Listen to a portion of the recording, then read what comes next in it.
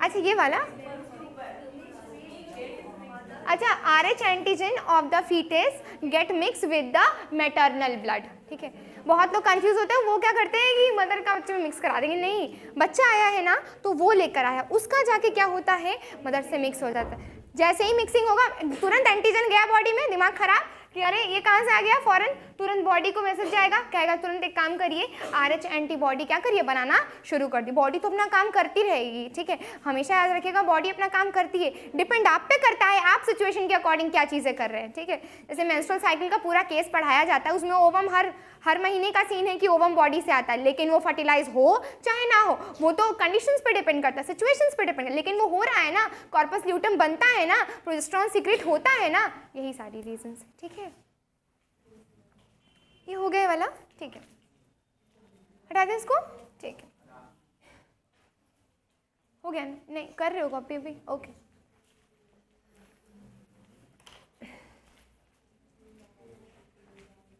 हाँ, ये haemolytic disease of newborn, छोटे बेबी में हो रहा है ना तो इसको एक और टर्म यूज करते हैं, हेमोलिटिक डिजीज ऑफ न्यूबॉर्न, ठीक है, HDN, haemolytic disease of newborn. हमको न्यूबॉर्न से न्यूटल याद आ रहा था, लेकिन सोचा न्यूटल नहीं, न्यूबॉर्न ज़्यादा सही रहेगा के लिए, छोटा बेबी न्यूटल भी बोल सकते हैं उसको आप।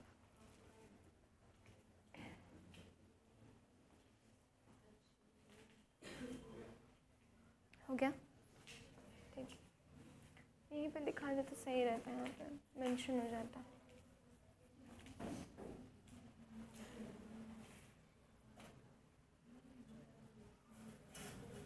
हो गया ना, ठीक है। सेकंड प्रेगनेंसी का केस देख लीजिएगा।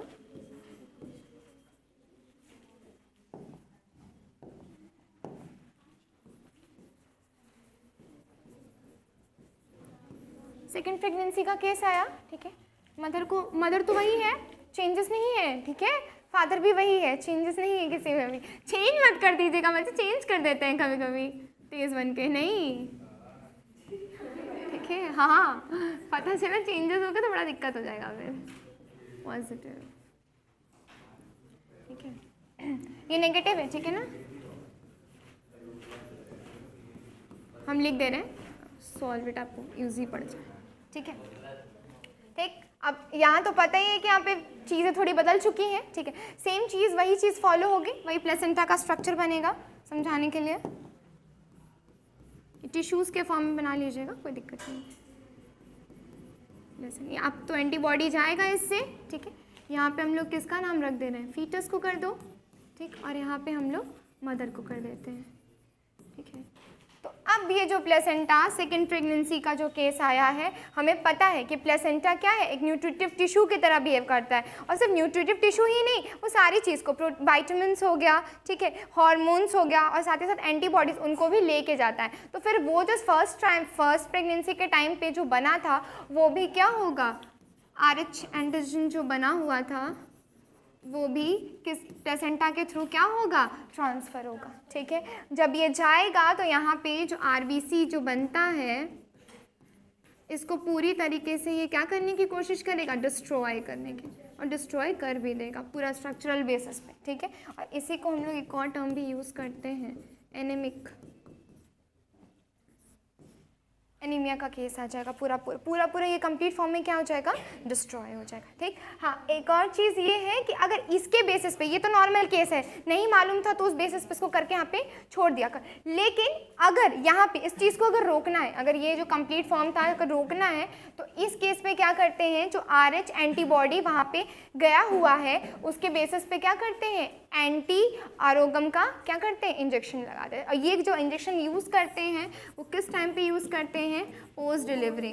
पोस्ट डिलीवरी का मतलब यही है कि जो फर्स्ट डिलीवरी के बाद, तो कौन सी डिलीवरी के बाद, जो पहली डिलीवरी हुई थी उस समय पे।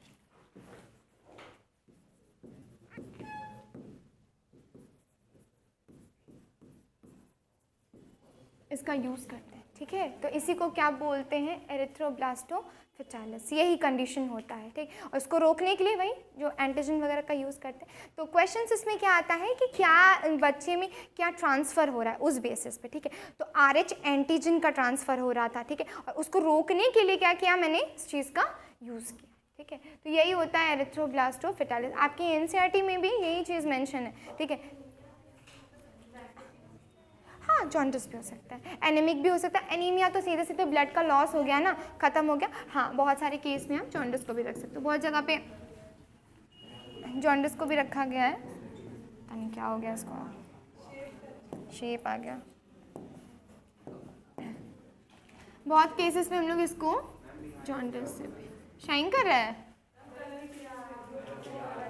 अच्छा, येलो कर देते, चलो पीला, ठीक है।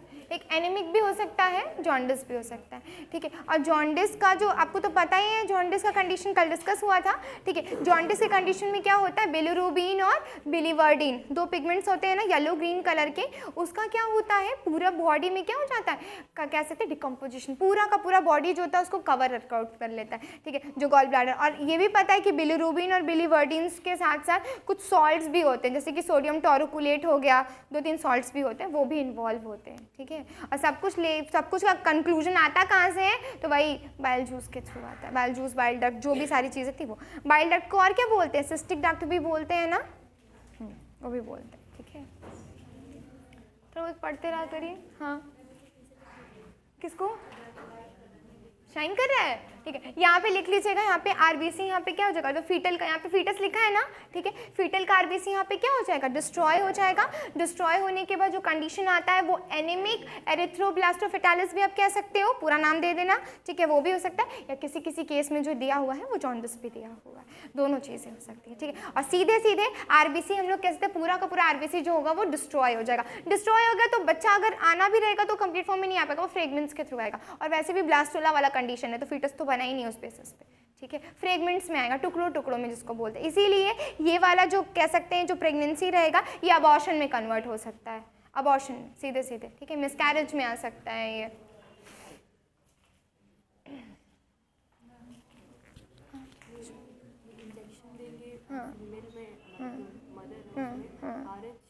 तो वो हाँ जैसे ही देंगे ना, जैसे इंजेक्शन दे दिए, ठीक है, तो इंजेक्शन दे देंगे तो वो जो एंटीबॉडी बन रही थी एंटीजन के खिलाफ, क्या बन रहा था, दिमाग खराब चलता है, एंटीजन के खिलाफ क्या बन रही थी, RH एंटीबॉडी बना रहा था ना, ठीक है। ये क्या होगा, नहीं बनेगा, नहीं बनेगा तो सेकेंड प्रेगनेंसी में जाएगा क्या, नहीं जाएगा। जब जाएगा ही नहीं तो वो डिस्टर्ब भी नहीं करेगा उसको, जो डिस्टर्ब करना चाहिए था उसको, ठीक है, यही होता है। और इस चीज़ को, इसी चीज़ को लाइक कह सकते हैं ना, रोकने के लिए इसका यूज़ करते हैं, जो भी इंजेक्शन का नाम था ना उसका यूज़ करते हैं। वो एंटी होगा, वो भी वो RH था ना, वो anti-RH होगा, इसी चीज़ को, ताकि ये बन ना पाए।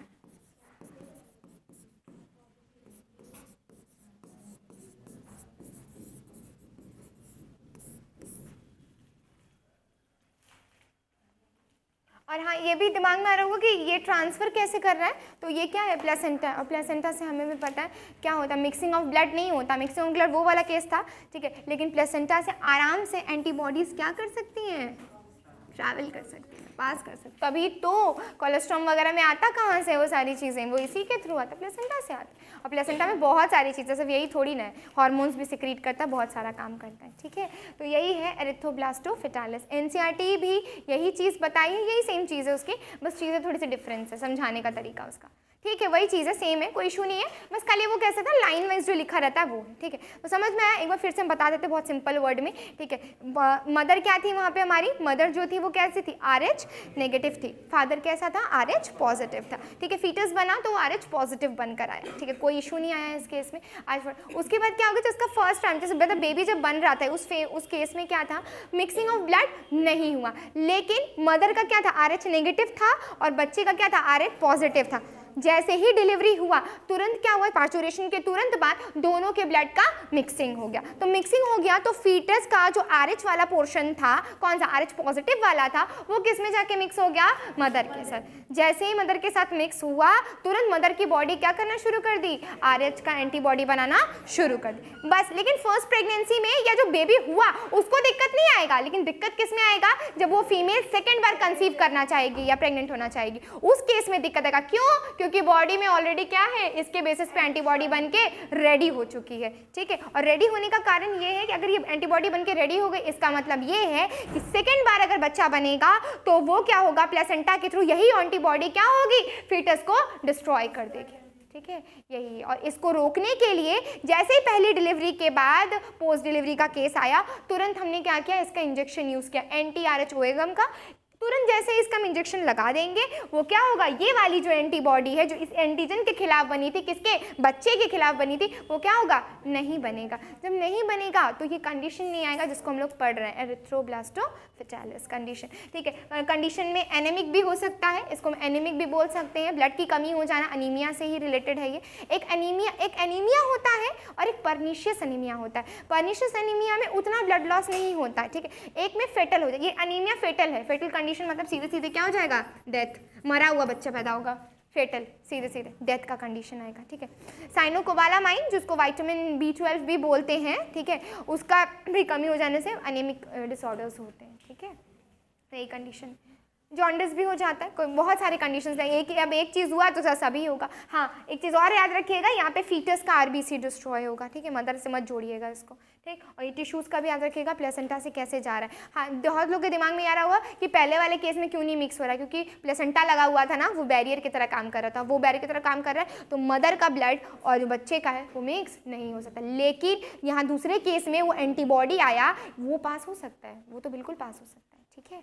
और प्लेसेंटा से वही नहीं, आपको पता होना चाहिए कुछ जो कह सकते हैं ना, बैक्टीरियल वगैरह के जो वायरस वगैरह होते हैं ना, वो भी HIV कंडीशन छोटे क्लासेस में पढ़े होंगे, वो भी आराम से चला जाता है। तो अगर मदर को अगर है एड्स का शिकायत, तो बच्चे में भी उसके गुण देखने को मिलेंगे। तो क्या है, कहाँ से आया वो, ब्लड का मिक्सिंग तो नहीं हुआ, उसमें तो हम HIV, और HIV कहने का मतलब है कि एड्स है, तो एड्स का वायरस कौन है, HIV है, ह्यूमन इम्यूनोडेफिशिएंसी वायरस। वो वायरस अगर आराम से प्लेसेंटा के थ्रू आ सकता है। इबोला वायरस भी था एक, वो भी आ सकता है, 2-3 चीज़ें और है, वो भी आ सकता है, ठीक है। तो आराम से वो पास आउट हो जाएगा, ठीक। तो 2 कंडीशन है, एक उसमें था जिसमें मिक्सिंग का कंडीशन नहीं हुआ। क्यों नहीं हुआ, क्योंकि प्लेसेंटा मिक्सिंग का काम नहीं करता, मिक्सिंग ही कर देता तो फिर बहुत सारी चीज़ों में दिक्कत आ जाती, फिर ट्रांसपोर्ट में दिक्कत आ जाती, एक्सक्रीटरी फॉर्म में दिक्कत आ जाती। लेकिन यहाँ एंटीबॉडी की बात की पर्टिकुलरली, तब हम एंटीबॉडी को उठाए थे यहाँ पे, ठीक है। देख लीजिए, NCERT तो उसमें लगा ही नहीं होंगे, होगा नहीं, नहीं होगा NCERT, देख लीजिए एक बार इसको बुक से, कोई डाउट है तो पूछ लीजिए, NCERT में एक बार नज़र घुमा के देख लीजिए, ये तो रहेगा ही रहेगा।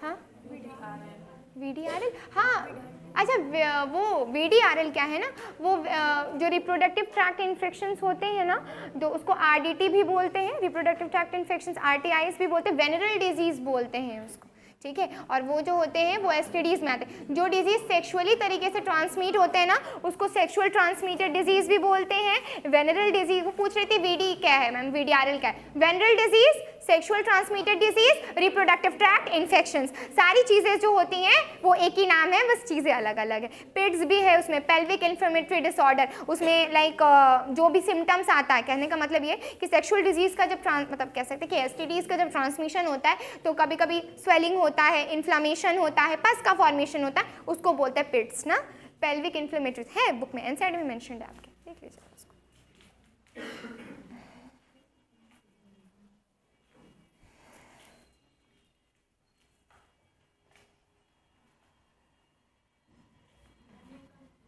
हाँ पूछो,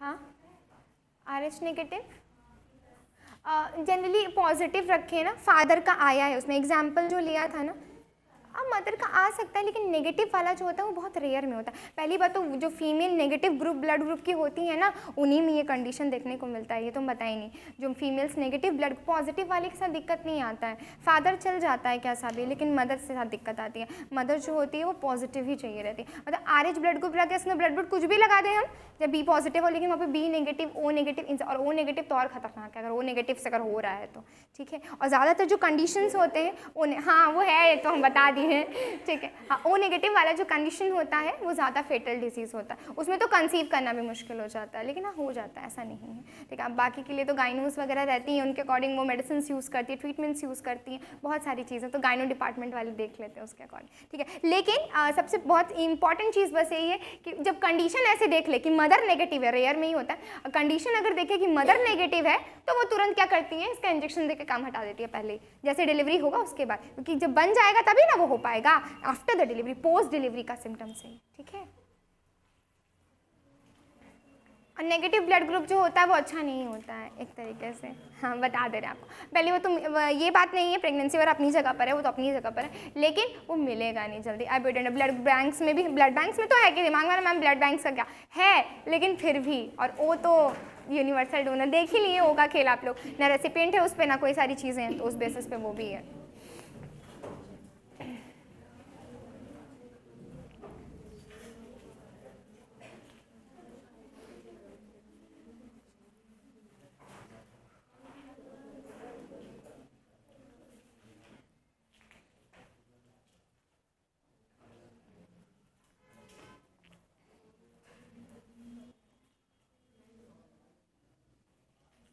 क्वेश्चन इसमें यही आता है कि ट्रांसफ़र क्या होगा, एंटीजन ट्रांसफ़र होगा कि एंटीबॉडी ट्रांसफ़र होगा, ठीक है, और किसका होगा, फीटस का होगा कि मदर का होगा, यही दो क्वेश्चन बनता है इससे, बस खत्म। और कभी कभी पूछेगा तो सिम्टम्स पूछ सकता है कि क्या होगा, एनीमिक होगा कि जॉन्डिस होगा, ऑप्शन बोथ लगाएगा तो आप बोथ लगा देना, कोई एक रहेगा तो कोई एक रहेगा, ठीक है। बस और कुछ नहीं।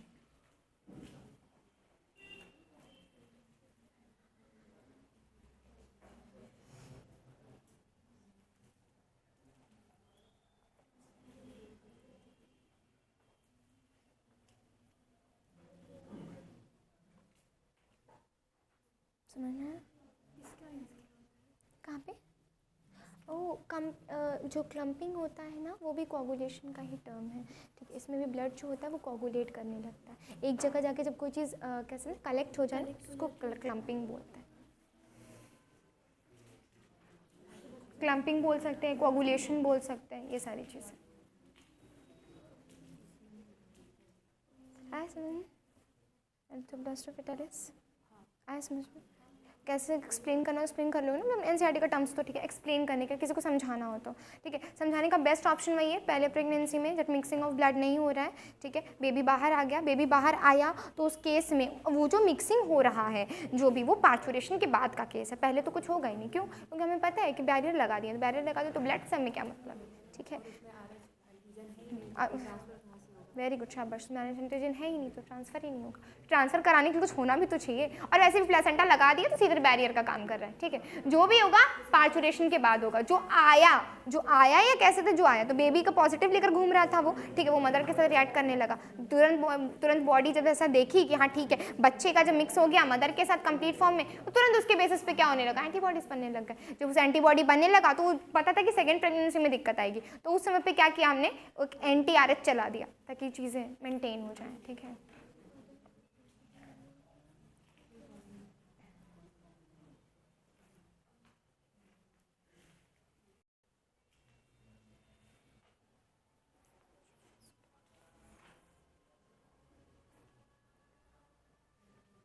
MCQ दो ही बनेगा, पहला बनेगा तो क्या है उस, मतलब जैसे मान लीजिए कि कोई कंडीशन देकर पूछ दिया कि एनीमिक कंडीशन है, जॉन्डिस हो रहा है, RBC का रप्चर हो रहा है किसी ब्लास्टुला कंडीशन में, तो पहला MCQ ये बन जाएगा।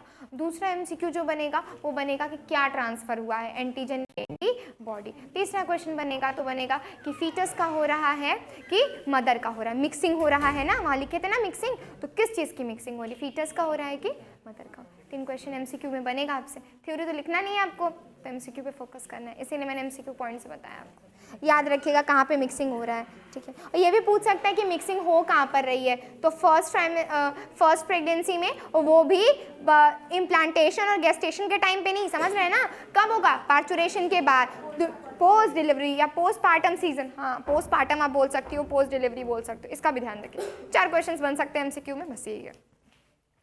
इस चैप्टर से जो क्वेश्चंस बनते हैं वो हार्ट से क्वेश्चंस बनते हैं, तो जो वो आर्ट्रिक ऑरिकल्स, वेंट्रिकल्स, साइनोआर्ट्रियल नोड वगैरह बनते हैं। इस सब चैप्टर से ज़्यादातर क्वेश्चन डिसऑर्डर्स से आते हैं, जो बीमारी होती है ना, जो डिसऑर्डर्स लिखा है ना एनसीईआरटी में, ठीक है। उसे एक बार नीट में एक क्वेश्चन आया था एम्फाइसेमा से ले, तो उसमें बोला था कि एल्वेली का जो स्पेस होता है वो सर डिक्रीज करने लगता है, ऐसा ही कुछ क्वेश्चन था। और नीचे दिया हुआ था अस्थमा है कि एम्फाइसेमा है कि क्या है। तो सिगरेट स्मोकिंग से भी पूछा था, ऐसे पूछा था कि सिगरेट स्मोकिंग से क्या होता है, तो नीचे दिया हुआ था एम्फाइसेमा। बहुत सीरियल कोई, इससे ज़्यादा क्वेश्चन डिसऑर्डर्स से आता है। डाइजेस्टिव से जो क्वेश्चन आते थे पहले वो ग्लैंड से आते थे, उसमें कौन सा ग्लैंड कौन सा एंजाइम सिक्रीट कर रहा है, ठीक। और ये जो सर्कुलेशन है, ब्लड सर्कुलेशन से, इससे जो क्वेश्चन आते हैं वो फंक्शन को घुमा के देते, क्योंकि उधर बड़ा कंफ्यूजन होता है कि कौन सा एलर्जी कर रहा है ना। अभी भी इंसान सोचता है अरे एल्ब्यूमिन था, अरे क्या था एल्ब्यूमिन, तो थोड़ा लगता है, ठीक है। हाँ, उसी से क्वेश्चन आता है, घुमा कर पूछता है, और घुमाने का चाहेगा, कोशिश करेगा तो उसका जो कैसा काउंट होता है ना, 20% है उसमें, 0.5% है, 1% है, उसके काउंट से क्वेश्चन आते हैं, चेंजेस करके बस, ठीक है। ऐसे ही क्वेश्चंस रहते हैं, देखे होंगे क्वेश्चंस तो आपको ऐसे ही मिलेंगे इसमें। और उसके बाद तो बीमारी आता है कि हार्ट अटैक क्या है, हार्ट फेलियर क्या है, पढ़ाना है सब। मायोकार्डियल इन्फ्रैक्शन क्या है, चेस्ट पेन क्या है, एंजाइना पेक्टोरिस क्या है, सब अलग अलग टर्मिनोलॉजीज है जिसको यूज़ किया जाता है, ठीक है। बाकी तो नॉर्मल जो चीज़ें हैं वो तो चल ही रही हैं अपनी जगह पर।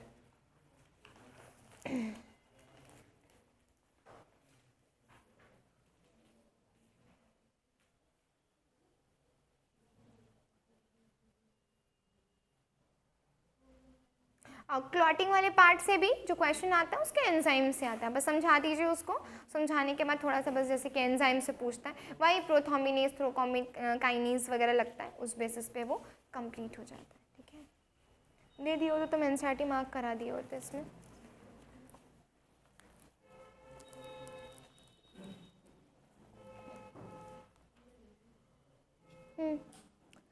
यहाँ पे दिया है ना उसके सिम्टम्स, ठीक है। तो जहाँ पे एनसीईआरटी बोली है ना कि this could be fatal, fatal मतलब बताया था ना अभी, खत्म, डेथ, सीधे सीधे डेथ वाला पोर्शन आ जाता है। देखिए इसमें this could be fatal to the fetus, है ना, दिया है ना, लास्ट सेकेंड लाइन पे जाइए, देखा, this could be fatal to the fetus और कुड कॉज सीवियर एनीमिया वाला कंडीशन भी हो जाता है, जॉन्डिस टू द बेबी। इस कंडीशन को क्या बोलते हैं, एरिथ्रोब्लास्टोफिटालिस।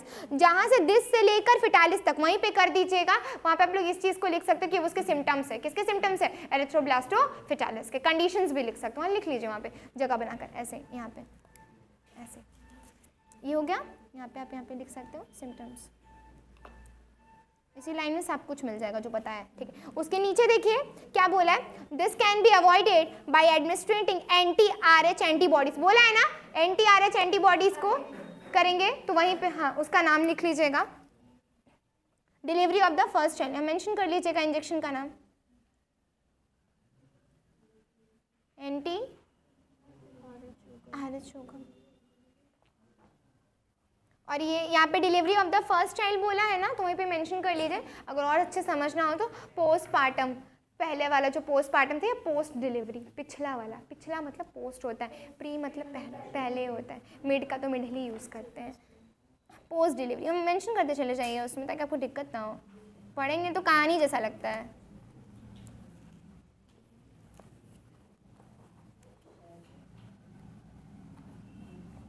हाँ, आया कहाँ था, रेसस मंकी से, ठीक है। हाँ, तो इसके ओरिजिन, RH लिखा है ना उसमें मंकी, उसके ऊपर लिख लीजिएगा ओरिजिन, उत्पत्ति, कहाँ से इसका फॉर्मेशन हुआ था, ठीक है। फॉर्मेशन लिख लीजिए, ओरिजिन मेंशन कर लीजिएगा उसमें, ठीक है। 80%,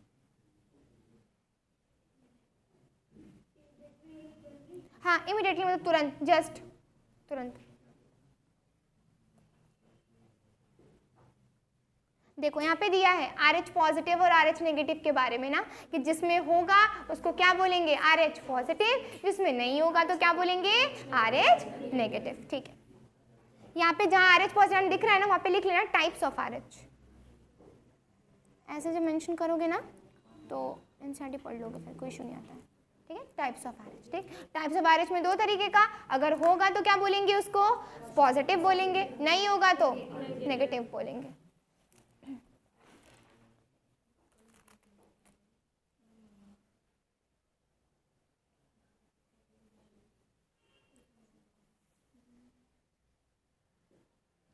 और वहाँ से जो एंटी-RH पर्सन से लिखा है, if expose to the specific and, जो वहाँ पे बताया ना RH इनकॉम्पेबिलिटी भी बोलते हैं, मिसमैचिंग भी बोलते हैं उसको, ठीक है, मिसमैचिंग भी बोल सकते हैं। मिसमैच मतलब जस्ट अपोजिट हो गया ना, मदर का फीटस में चला गया, तो ये सारी चीजें, इसको मिसमैच भी बोलते हैं, इसको RH इनकम्पैटिबिलिटी भी बोलते हैं। कंपैटिबिलिटी नहीं है, बैठ नहीं रही है सही से ना चीजें, इसलिए इसको RH इनकम्पैटिबिलिटी भी बोल सकते हैं। तो क्वेश्चन ये भी पूछ सकता है कि RH इनकम्पैटिबिलिटी कौन सा इधर एरिथ्रोब्लास्टोफिटालिस क्या है, एक तरीके का कह सकते हैं कि सिंड्रोम में आ रहा है ना, एक तरह का कंडीशन है ना, तो पूछ सकता है कि RH इनकम्पैटिबिलिटी जो रख रहा है वो इनमें से किसका है। 4-5 दे दिया तो उसमें पूछ लिया, जैसे कल बोले ब्लू बेबी सिंड्रोम बताए थे, एरिथ्रोब्लास्टोफिटालिस बताए थे, और 2-3 कंडीशन दे दिया। तो RH इनकम्पैटिबिलिटी का जो कंडीशन आता है वो किसके थ्रू आ रहा है, ये वाला जो कंडीशन होगा एरिथ्रोब्लास्टो, इसका कंडीशन में आ रहा है वो, ठीक है।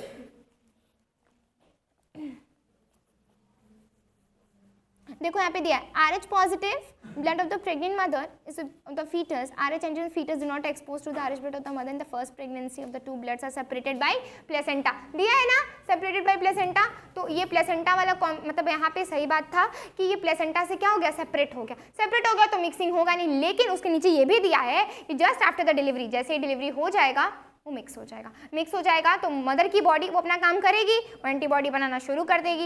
अगर आपने इंजेक्शन दिया तो ठीक है, सेकंड प्रेगनेंसी में दिक्कत नहीं आएगी, नहीं दिया तो वो कंडीशन आता है, ठीक है। सेकंड प्रेगनेंसी, हाँ ये भी एक क्वेश्चन पूछ सकता है कि फर्स्ट कह सकते हैं कि फर्स्ट कंसीविंग का में दिक्कत आएगी कि सेकंड वाले में, सेकंड वाले में दिक्कत आएगी। फर्स्ट वाला तो तुरंत हुआ है ना, तुरंत का तो बना ही नहीं है कुछ, जब बनेगा नहीं तो दिक्कत कहाँ से आएगी, उस सेकंड टाइम में दिक्कत आएगी, ठीक है।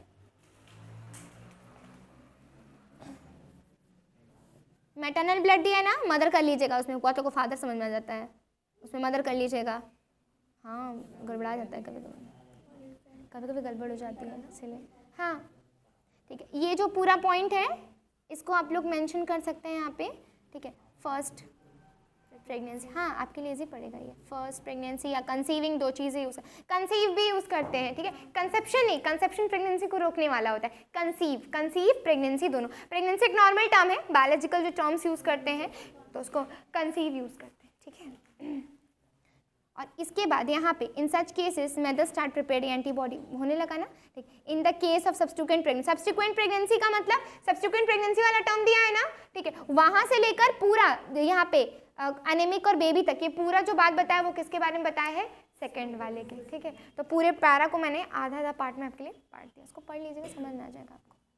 ये वाला किसके लिए हो जाएगा, अगर सेकंड बार होता है तो, ठीक है। ठीक, तो ऊपर क्या दिया था, एनसीईआरटी को पढ़ने अगर चाहेंगे तो बस एनसीईआरटी पढ़िएगा, ज़्यादा कुछ पढ़ने के परेशान मत होइएगा आप लोग, ठीक है। देखिए ऊपर वाले में क्या था, तो RH के बारे में बताया, उसका ओरिजिन क्या था, मेरे पास है नहीं, हाँ सब्सिक्वेंट मतलब दूसरी बार अगर हुआ तो ना, दूसरी बार का कहानी बता रहे थे ना। तो पहले वाले केस में क्या हुआ, सबसे पहला पॉइंट जो था, तो हमने RH के बारे में जाना, कहाँ से उसका ओरिजिन हुआ, उसके बाद उसका टाइप आया, टाइप आने के बाद फिर बता रहा है कि हमें कि इसका इनकॉम्पैटिबिलिटी भी होता है। तो इस इनकॉम्पैटिबिलिटी में क्या किया, उठा के 2 प्रेगनेंसी का केस बता दिया, पहला वाला अपनी जगह पे, दूसरा वाला लास्ट में, अगर दूसरे वाले से जो सिम्टम्स होते हैं उसको इंट्रोड्यूस कराते हुए और क्या कह सकते हैं कि प्रिवेंशन बताते हुए उस टॉपिक को उसने क्लोज किया। हाँ एक और चीज़ जहाँ पे ये दिया है ना, एंटी-RH ओगम जो हम जुड़वाए थे यहाँ पे, उसके जगह पे आप लिख सकते हो प्रिवेंशन, जो रोक रहा है, किसको रोक रहा है, वो जो एंटीबॉडी जो, शाबाश प्रिवेंशन, वहाँ लिख लो बेटा, प्रिवेंशन मेंशन कर लेना, इसीलिए कहते हैं अलग अलग पेन का यूज़ करोगे ना तो बताएंगे कैसे होता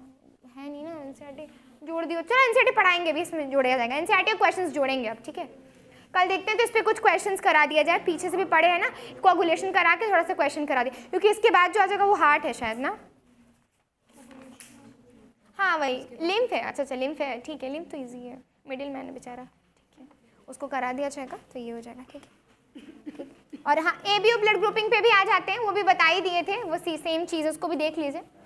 इसमें कोई डाउट है RH वाले ग्रुप में किसी को, एनसीईआरटी से डाउट है कहीं पे भी, क्या पढ़ना है पता चल गया ना, ऐसे करके इसको ऐसे करिएगा, वो खाली उठा के हाईलाइटर ऐसे रंगिएगा मत, गड़बड़ा जाता है, ठीक है। वो हाँ वो बहुत लोग करते हैं, नहीं करिएगा, ऐसे लेते हैं हरा वाला एकदम नियॉन ग्रीन पूरा एकदम किए हुए हैं, लास्ट टाइम पे कुछ समझ में ही नहीं आएगा, फिर दिक्कत आती है, ठीक है। तो कोशिश करिएगा ऐसे करने के लिए कि पहले क्या था बेटा, यहाँ पे रेसस मंकी क्या आया था, RH फैक्टर का ओरिजिन था, उसके बाद उसके टाइप्स आए, उसके बाद RH इनकॉम्पैटिबिलिटी को समझाने के लिए 2 तरीके का मतलब लाइक 2 तरीके का सिम्टम्स रखा हमने, एक फर्स्ट प्रेगनेंसी का, दूसरे प्रेगनेंसी का। उसके बाद नेक्स्ट टाइम पे क्या आ गया, यहाँ पे जब से कंप्लीट हो गया तो क्या इसमें सिम्टम्स आए उसके वो बताया, और लास्ट में प्रिवेंशन करके खत्म कर दिया टॉपिक को। ऐसे हर एक टॉपिक में होता है, ठीक है, कोई भी आप टॉपिक उठा लीजिए उसका यही काम होता है। ठीक, तो पूरा अगर बैठ के वो करेंगे ना बेटा तो उसमें दिक्कत आती है थोड़ी सी।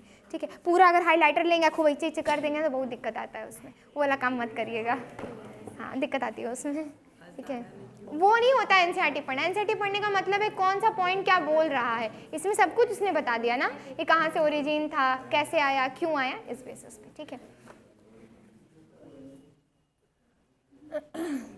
ठीक है, यहाँ पे यूनिवर्सल डोनर, यूनिवर्सल रेसिपिएंट, उसके नीचे वाला जो पैरा है छोटा सा टेबल में दिया है, इस टेबल को गो थ्रू हो जाइएगा, इंपॉर्टेंट टेबल है ये। ठीक है, तो ब्लड ग्रुप ए रहेगा तो एंटीजन क्या रहेगा, ए रहेगा, बी रहेगा तो बी रहेगा, ए बी रहेगा तो ए बी, ओ रहेगा तो नील फॉर्म में रहेगा। एंटीबॉडीज जस्ट अपोजिट बनेगा, एंटीबॉडी बी बन गया, उसमें ए बन गया, ए वाले पे नील बनता है, नहीं होता है उसमें, और ओ वाले पे एंटी ए और एंटी बी दोनों बन जाएगा, इसीलिए वो किसी को भी दे सकता है। डोनर ए वाला ए और ओ को दे सकता है, बी वाला बी और ओ को, ए बी और ए बी ओ को, मतलब सबको वो रख रहे। यूनिवर्सल वो कह सकते हैं पिन की तरह बिहेव करेगा। ओ है तो ओ डोनर ग्रुप क्या है, ओ है। अब पॉजिटिव और नेगेटिव लगेगा तो वो देखेंगे वो आरएच फैक्टर का कंडीशन है। ठीक है, उस पर ध्यान रखिएगा।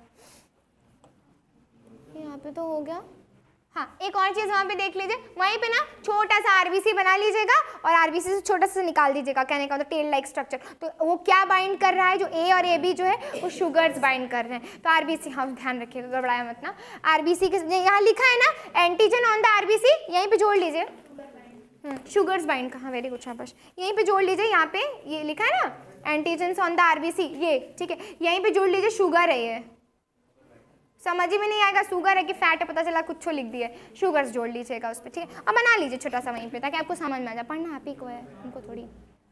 ऐसे बना दिया आरबीसी, ठीक, और इसके सरफेस पे बना दिए। ए बना देंगे तो क्या हो जाएगा एंटीजन ए, बी बनाएंगे तो एंटीजन बी ब्लड ग्रुप हो जाएगा, ए बी रहेगा तो क्या हो जाएगा, ए बी हो जाएगा। और जब ओ रहेगा तो आरबीसी पे कुछ नहीं रहेगा, आरबीसी पे कुछ नहीं रहेगा। ठीक है, ये होगा। और एंटीबॉडीज कहाँ बनी बेटा, प्लाज्मा में। प्लाज्मा तो पढ़े ही हम लोग, सॉलिड फॉर्म में जो सारी चीजें थी उसमें रहेगा। हाँ, ब्लड प्लाज्मा ही प्लाज्मा है। ठीक है, कंफ्यूज मत होइएगा ना, ब्लड में क्या, ब्लड प्लाज्मा ही प्लाज्मा है ना। और उसका सीरम कब बनता है, जब उसमें से क्या करते हैं, क्लॉटिंग फैक्टर्स को रिमूव कर देते। ब्लड प्लाज्मा में कंफ्यूज मत होइएगा, दोनों सेम ही है, नाम बस है। ब्लड के अंदर प्रेजेंट रहेगा तो ब्लड प्लाज्मा कहने का मतलब बहुत सारी चीज़ों में रहता है ना। तो ब्लड के अंदर, जैसे साइटोप्लाज्मा बोलते हैं ना, सेल के अंदर का जो फ्लूइड है, उसी तरीके से ब्लड के अंदर का जो है उसको हम लोग क्या बोलेंगे, ब्लड प्लाज्मा। क्या बोलेंगे उसको, ब्लड प्लाज्मा। ABO देखिए यहाँ पे, ABO grouping is based on the presence और absence of two surface antigens. Chemicals बोला है ना, तो केमिकल्स मतलब बायोमोलिक्यूल्स की बात किया, तो किस तरीके का, शुगर्स की बात कर रहा है यहाँ पे।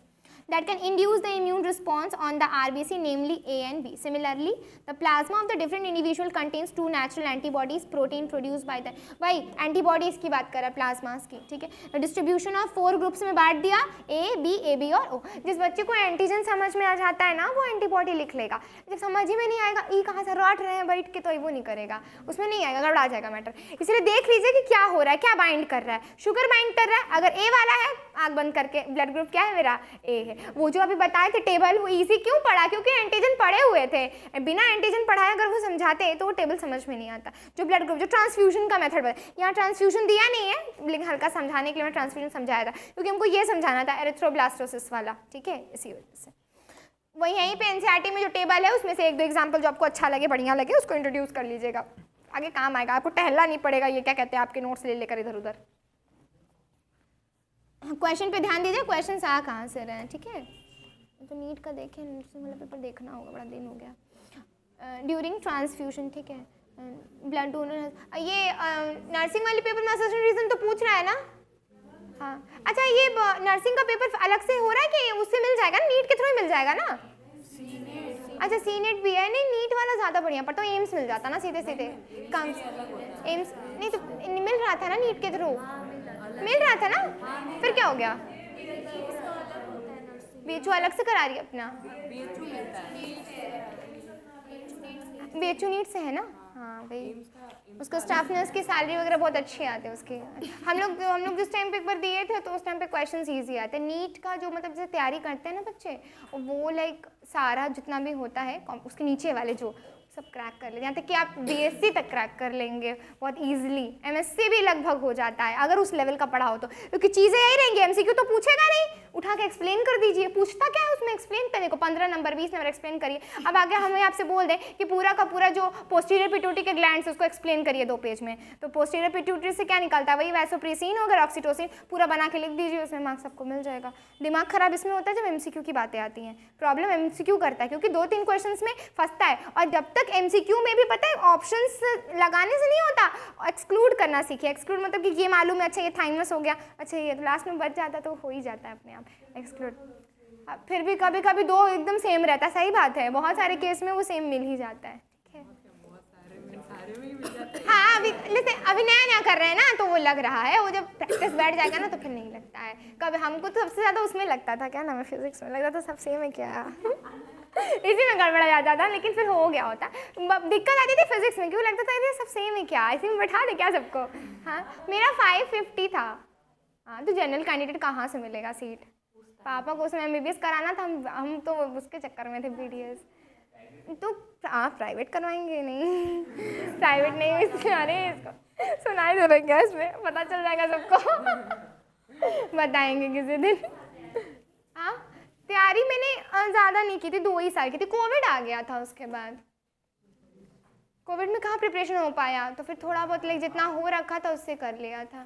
फर्स्ट टाइम जब 3 बार दिए थे, फर्स्ट टाइम जब दिए थे तो उस समय पे आईसीएसई बोर्ड के स्टूडेंट थे ना, तो फर्स्ट टाइम जब दिया था उस बेसिस नहीं आईसीएसई बीएड का जो पैटर्न होता है ना बच्चा, वो तुम्हारे एनसीईआरटी से बहुत लाइक, हमें एनसीईआरटी पढ़ने में कम से कम लाइक 6 से 8 महीना लगा था, पूरे एनसीईआरटी को मैंने कवर किया था। अभी भी आज एनसीईआरटी खोलते तो नया चीज़ मिलता है, आज ही सुबह मिला है, इनकॉम्पैटिबिलिटी देखने से मिल जाता है, कुछ अलग मिल ही जाता है, ठीक है, जॉन्डिस हो गया नहीं में कुछ अलग सा मिल ही जाता है। एनसीईआरटी आप पढ़ोगे ना हमेशा अलग चीज़ में, वो लिखी ही ऐसी है कि कुछ अलग चीज़ मिल ही जाएगी, और हर 10 साल बाद बदल रही है तो चीज़ें और बदल रही हैं, उसमें सारी चीज़ें बदलती रहती है ना, इसी बेसिस पे। चलिए कोई नहीं, नो इश्यूज़, कोई दिक्कत नहीं है।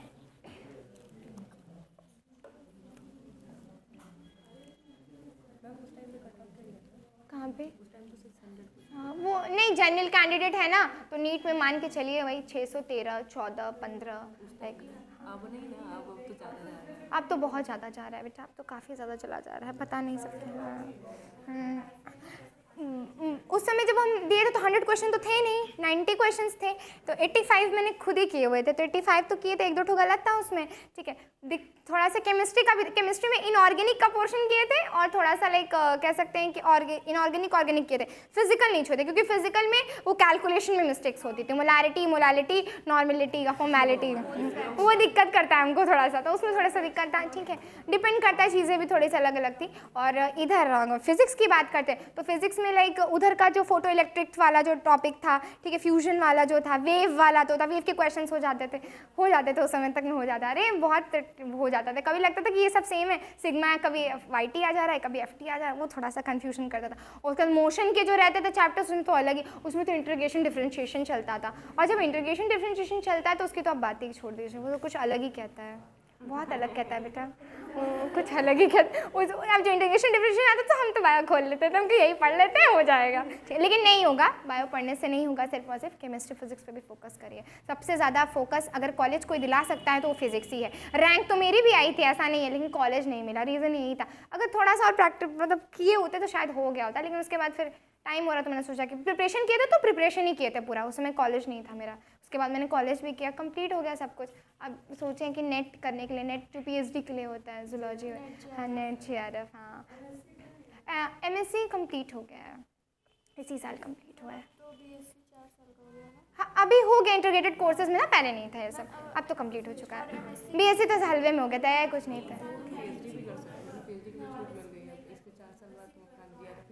हाँ उसमें ड्रॉप किया था क्योंकि नहीं समझ में आ रही थी, मेरे को ये समझ में ही नहीं आती थी। आज जो ये लेवल है सच में नहीं समझ में आती थी। हो कैमरा लगा, माइक लगा, कोई इशू नहीं है, झूठ नहीं बोलते हैं कभी भी, ठीक है। हमें समझ में नहीं आती थी एनसीईआरटी की, एनसीईआरटी है कैसी चीज़ है, ठीक है। उसके बाद हाँ हम लोग को भी नहीं बेटा इशूज़ नहीं है। अब एक और चीज़, सबसे ख़राब चीज़ थी आईसीएसई के जो टीचर्स थे वो बस लिखते थे बोर्ड पर, वो देखते नहीं थे कि कोई समझ पा रहा है कि नहीं, और पूछो तो कहते थे सिट डाउन, उसके बाद कुछ नहीं बोलते थे, ठीक है। तो हम कहते थे सिट डाउन, तो ठीक है। अच्छा बहुत सारी चीज़ें थी। अच्छा केमिस्ट्री का जो भी जैसे वो होता है ना केबल एंड शेल्स में जो भरते हैं इलेक्ट्रॉन्स का फिलिंग करते थे, उसमें दिक्कत आती थी, समझ में नहीं यार आ कहाँ से रहा है। लेकिन मैंने जहाँ से किया था तैयारी वो बहुत बेसिक से शुरुआत किए थे, वो भी मैम लोग बहुत अच्छी थी, ठीक है। और वो एकदम बेसिक से उठाती थी सारी चीज़ें, बेसिक मतलब वो एनसीईआरटी की ही उठाती थी लाइंस, एनसीईआरटी ही एक्सप्लेन करती थी, अलग ही वे था उनका। वो एनसीईआरटी के जो टॉपिक्स होता था उनको एक कह सकते थे कि फ्लो चार्ट फॉर्मेट इस बेसिस पे उसको कर देती थी। एनसीईआरटी को लाइन को जब कोई फ्लो चार्ट या फॉर्मेट में बता देता है ना तो वो अपने आप ईजी हो जाएगा,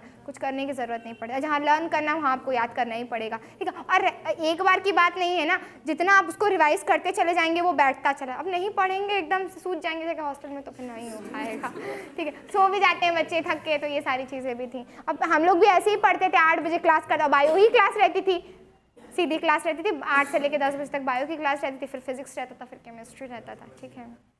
10 बज गया, अच्छा हम अभी से ध्यान दिए, ठीक है। ये सब रिकॉर्ड हो गया, सर को बोलते निकाल दीजिएगा इसको, भावनाओं में बह गए थे। हाँ निकाल देते, सही पता नहीं क्यों लगा देते हैं यार। हाँ वही बात है। लेकिन अच्छा है, ये प्लेटफॉर्म बहुत अच्छा मिला आप लोगों को, इसका यूज़ करिए, ठीक है। बनारस जैसी जगह में इतना अच्छा प्लेटफॉर्म मैंने तो कभी नहीं देखा था, बढ़िया प्लेटफॉर्म है इसका। प्लेटफॉर्म बहुत अच्छा है, कहने का मतलब ये कि पूरा सेटअप वगैरह भी लगा हुआ है, चीज़ें हैं अपनी जगह पे, क्वेश्चन प्रैक्टिस है, बहुत सारी चीज़ें हैं, बहुत अच्छा कर रहे हैं सब यहाँ पे। ऐसे में बहुत और जगह भी पढ़ाया है लेकिन वहाँ का वो लेवल नहीं था, वो लेवल आ नहीं पाता। बच्चे भी ठीक हैं, जैसे चाहिए थे वैसे ही हैं, बढ़िया बच्चे हैं, अभी तक के अच्छे बच्चे हैं। क्योंकि स्कूल में भी पढ़ाए हैं 11th 12th को, तो उस तो खाली बैठ के देखते ही थे। चल रहा है, ऐसा लगता था कि क्या बताया जाए, वो लगता था उससे चल रहा है कोई चीज़, उनके बेटा समझ में। लड़कियां तो ठीक थी, लड़कों का तो एक ही रहता था, कुछ नहीं बोलते थे बेचारे, ठीक है। लेकिन ठीक है, कोई दिक्कत नहीं है। एक और चीज़ है, एकेडमिक्स और स्कूलिंग की चीज़ों में जो होता है वो अंतर होते हैं। एकेडमिक्स की चीज़ें होती हैं वो आपको लिखवाते हैं थ्योरेटिकल चीज़ें, जैसे मान लीजिए कि लिम्फ लिखवाना है तो 4 पॉइंट हम समझा दिए, लिम्फ में बता दिए। लेकिन यहाँ पे चीज़ों को क्या करना पड़ रहा है, एक होता है ना वर्बल भी देना पड़ रहा है, कम्युनिकेट भी करना पड़ रहा है, उसको पोर्ट्रे भी करना है मुझको कि हाँ ये ऐसे होता है ऐसे होता है। तो ये बहुत सारी चीज़ें मैटर करती है उसमें। बहुत सारी कम्पिटिटिव एग्जाम्स की जो पढ़ाइयाँ होती हैं वो शॉर्ट में बहुत सारी चीज़ें रखी जाती है। एकेडमिक्स वाली पढ़ाई ऐसी नहीं होती, एकेडमिक्स जो होता है वो पूरा होता है, ठीक है। और आईसीएसई की जो सिलेबस थी वो पूरा एनसीईआरटी से डिफरेंट। आज भी बुक्स रखी हुई हैं, मौका मिलेगा तो लाके दिखा दूंगी, वो पूरी डिफरेंट हो, आज भी डिफरेंट है वो बुक्स। वो बुक्स इतनी डिफरेंट होती थी कि एनसीईआरटी की सारी चीज़ें उसमें नहीं हो सकता उसमें। हाँ, और प्लस जो क्वेश्चन आता है वो एनसीईआरटी से आता था, तो उसमें दिक्कत आती थी। ठीक है, कोई नहीं। आप लोग जस्ट 12th पास आउट हो ना, जस्ट पास आउट, इसी साल का पास आउट बैच है ना, ठीक है, फ्रेश बैच है, कोई दिक्कत नहीं है। लेकिन हाँ ये भी है कि एक बार में नहीं होगा, चीज़ों को समझना पड़ेगा और होप्स मत खोइएगा। देखिए सीधी सी बात है, बहुत इजी सा बात होता है कि करते करते कोई चीज़ होती है, परफेक्शन एक बार में नहीं आता है, परफेक्शन करते करते। ये अगर हम लोग भी आज पढ़ा पा रहे हैं, जो भी पढ़ाता है उसके अंदर परफेक्शन एक बार या 2 बार में नहीं आया, वो बहुत प्रैक्टिस किया रहता है।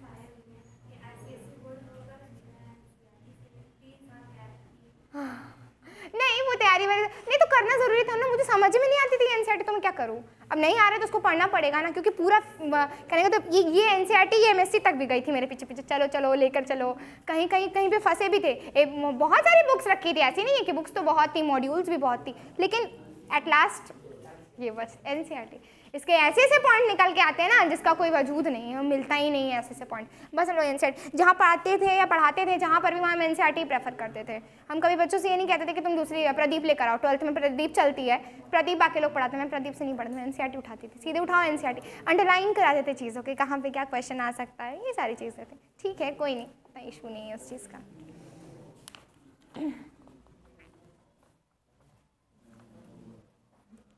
अब तक सर नहीं है आपके? ठीक, आ रहे हो।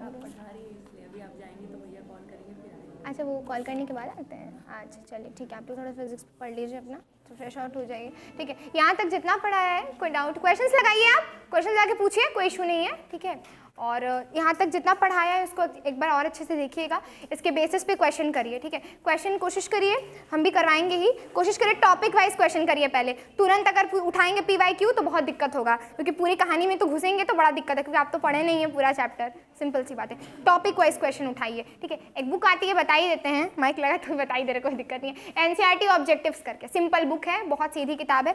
वो एक एक पैरा से कम से कम 5-6 क्वेश्चन आपको मिल जाएगा। वो आपको फिजिक्स, केमिस्ट्री, बायोलॉजी तीनों की आती है। हम भी उसी से किए थे पहले टर्म पे जब किए थे। हाँ, फिंगर टिप्स वाली आती है ना। अभी तो मॉडर्नाइजेशन हो गया होगा उसका, ठीक है। तो एनसीईआरटी फिंगर टिप्स, हाँ फिंगर टिप्स रखी हो ना, फिंगर टिप्स, ठीक है। हाँ, फिंगर टिप्स से भी आ जाती है। डॉक्टर अली भी यूज़ कर सकते हैं, डॉक्टर अली भी बुक अच्छी है। लगाइए फिंगर टिप्स से क्वेश्चंस, ठीक है। फिंगर टिप्स लगाइए। उसके बाद जब चैप्टर पूरा कवर हो जाए ना, तब PYQs की तरफ बढ़िए, ठीक है। और अपना जो आपका जो सीनेट या जो भी है आपका पेपर है, उसको भी लेकर बैठिए, देखिए उसमें से इसका परसेंटेज कितना है। आपको कंपटीशन निकालना है, पढ़ना नहीं है या पढ़ाना नहीं है मेरी तरह, ठीक है। तो कंपटीशन निकालना है तो उसके हिसाब से तैयारी करिए कि इससे 5 क्वेश्चन बन रहा है, इससे ये बन रहा है, इससे 10 क्वेश्चन बन रहा है। जिस टॉपिक पे ज़्यादा फोकस कर सकते हैं उस पर काम करना शुरू करिए। बातें आ रही हैं समझ में? ये सारी चीज़ें होती है, ठीक है। बाकी नीट की जो प्रिपरेशन करते हैं वो बच्चे उन लोग का हो जाता है, कोई इशू नहीं आती है उसमें, ठीक है। डॉक्टर अली भी बुक आती है, वो भी अच्छी है, वो भी आप लगा सकते हो। वो भी लाइक हम लोग करते थे क्वेश्चंस उससे भी। हाँ, डॉक्टर अली वो भी अच्छी बुक है, लगा सकते हो, कोई इशू नहीं आएगा उसमें। उसमें क्वेश्चंस के पैटर्न्स बहुत मिल जाएंगे आपको, सेट A सेट B करके ना बहुत सारे पैटर्न्स मिल जाएंगे, ठीक है। ठीक है, चलिए तब इसको ऐड कर देते हैं, निकलते हैं हम भी। कल कोगुलेशन वाला टॉपिक करा के सर को कहते हैं एनसीईआरटी ऐड करा दें, एनसीईआरटी के कुछ पॉइंट्स यहाँ तक कोगुलेशन तक, ठीक है। कोगुलेशन ज़्यादा टाइम लगेगा नहीं, कुछ मैकेनिज्म बताना है बस, रिएक्शन बेस्ड में हो जाएगा वो करवा दूंगी, ठीक। उसके बाद एनसीईआरटी को इसमें कोगुलेशन तक जोड़ेंगे और देखते हैं तो कुछ क्वेश्चंस जो मेन क्वेश्चंस है उसको भी जोड़ देंगे, ठीक है, हो जाएगा। उसके बाद फिर आगे बढ़ते हैं, देखते हैं क्या हो सकता है। सर को देंगे। मंडे को एग्जाम है, किस चीज़? संडे को होता है ना टेस्ट, संडे को टेस्ट देख लेते हैं कौन सा चैप्टर। इस संडे को टेस्ट नहीं है, ऑल्टरनेट टेस्ट पे होता है।